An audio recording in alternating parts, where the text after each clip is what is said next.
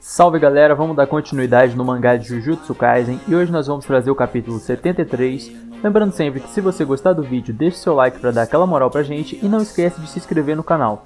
Valeu, tamo junto e vamos pro vídeo.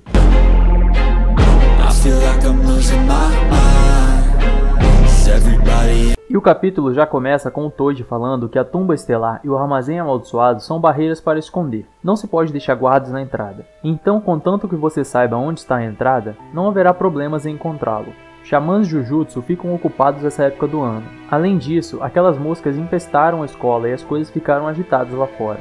Para um cara como o Toji, que não possui energia amaldiçoada, ele é invisível. Só que tem um problema. Enquanto ele segurar uma arma amaldiçoada, a energia dela faz com que ele não seja mais invisível. Antes que o Toji termine de falar, o Geto já parte com uma maldição para cima dele. Mas o Toji responde com um monte de balas amaldiçoadas e pede para o Geto ir com calma. Enquanto o Geto consegue defender as balas amaldiçoadas do Toji e se esquivar da sua maldição. O Toji então continua. Ele abre sua boca e ele diz que tem esse espírito amaldiçoado que pode armazenar objetos, e ele usa ele para carregar suas armas. O Toji então continua, e ele diz que o Gojo pode estar pensando que a energia amaldiçoada do espírito amaldiçoado faz com que ele não seja mais invisível. O Toji então vomita o seu espírito amaldiçoado. Então ele diz que o espírito se comprime ao se armazenar dentro do seu próprio corpo. Então ele o come e mantém ele dentro do seu estômago. Então o Toji explica que um homem invisível deveria ter entranhas invisíveis. E por isso ele é capaz de se mover através de barreiras enquanto carrega armas amaldiçoadas.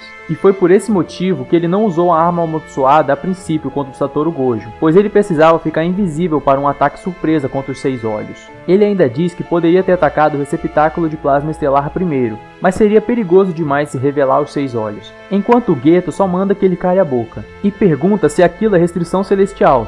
Então, como os xamãs Jujutsu, se ele revelar certas informações, ele pode realmente ganhar uma vantagem, mas o Geto diz que não é isso que ele quer saber. Ele pergunta ao Toji como o Toji sabia da entrada das tumbas, afinal, eles cuidaram para não deixar nenhum rastro para trás. O Toji então diz que humanos deixam mais do que só energia amaldiçoada, como cheiros e pegadas, por exemplo. E os 5 sentidos do Toji são afiados graças à sua falta de energia amaldiçoada. O Geto então diz que havia mais uma mulher com eles, e ele pergunta onde ela está. O Toji então pergunta se essa mulher era empregada, e ele então diz que provavelmente ela está morta. Ele não liga se ela sobreviveu ou não. Se ela tiver sorte, ela pode estar viva. O Geto então, com a cara de desesperado, diz que isso resolve as coisas, e então ele diz para o Toji morrer, enquanto ele invoca novamente a sua maldição para atacar o Toji. No entanto, o Toji consegue esfaquear a maldição com facilidade e se esquivar. O Geto então fica assustado com o poder do Toji. Ele percebe que o Toji cortou seu dragão arco-íris. Lembrando que o dragão arco-íris é o espírito amaldiçoado com a escama mais grossa do Geto. Enquanto isso, o Toji percebe que o Geto utiliza manipulação de maldições e o chama de fracassado. No entanto, atrás do Toji, aparece um espírito vingativo.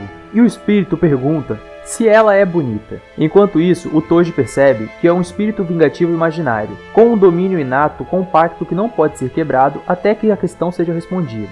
O Toji então diz que está curioso, mas diz que o espírito não faz o seu tipo. O espírito então começa a liberar uma aura amaldiçoada, e então aparece uma tesoura na sua mão. E quando o Toji percebe, um pouco do seu cabelo é cortado e a sua orelha está saindo sangue. Então nos é revelado várias tesouras perfurando o Toji. Mas antes que elas possam causar um dano maior ao Toji, ele simplesmente usa a lança invertida do céu para destruir todas as tesouras. Enquanto isso, o Geto aparece de surpresa atrás do Toji. O Toji então, meio desanimado, pensa que o Geto é um idiota vindo tão perto do Toji, e ele diz que o Geto não tem chance, e esse é o fim. No entanto, o Toji se surpreende um pouco, afinal o espírito que estava no ombro do Toji começa a passar para o Geto. Então nos é explicado a manipulação de maldição do Geto. Essa é uma técnica na qual o Geto pode controlar espíritos conquistados. Se a diferença de nível é de 1 ou mais, alguém pode obter o espírito amaldiçoado sem praticamente nenhuma condição. E como o Geto é um xamã de nível 1 e o espírito amaldiçoado é um espírito de nível 3, o Geto facilmente conseguiria tomar o espírito para si. O Geto então pensa que as habilidades do Toji podem ser especiais, mas o espírito amaldiçoado em si não é tão forte, então ele pode pegá-lo. No entanto, quando o Geto tenta pegá-lo, o seu ataque é repelido pelo espírito. E o Geto fica com a guarda baixa, dando a oportunidade do Toji esfaqueá-lo e também esfaquear o seu espírito amaldiçoado. E o Toji então finaliza o Geto dando um chute em seu rosto.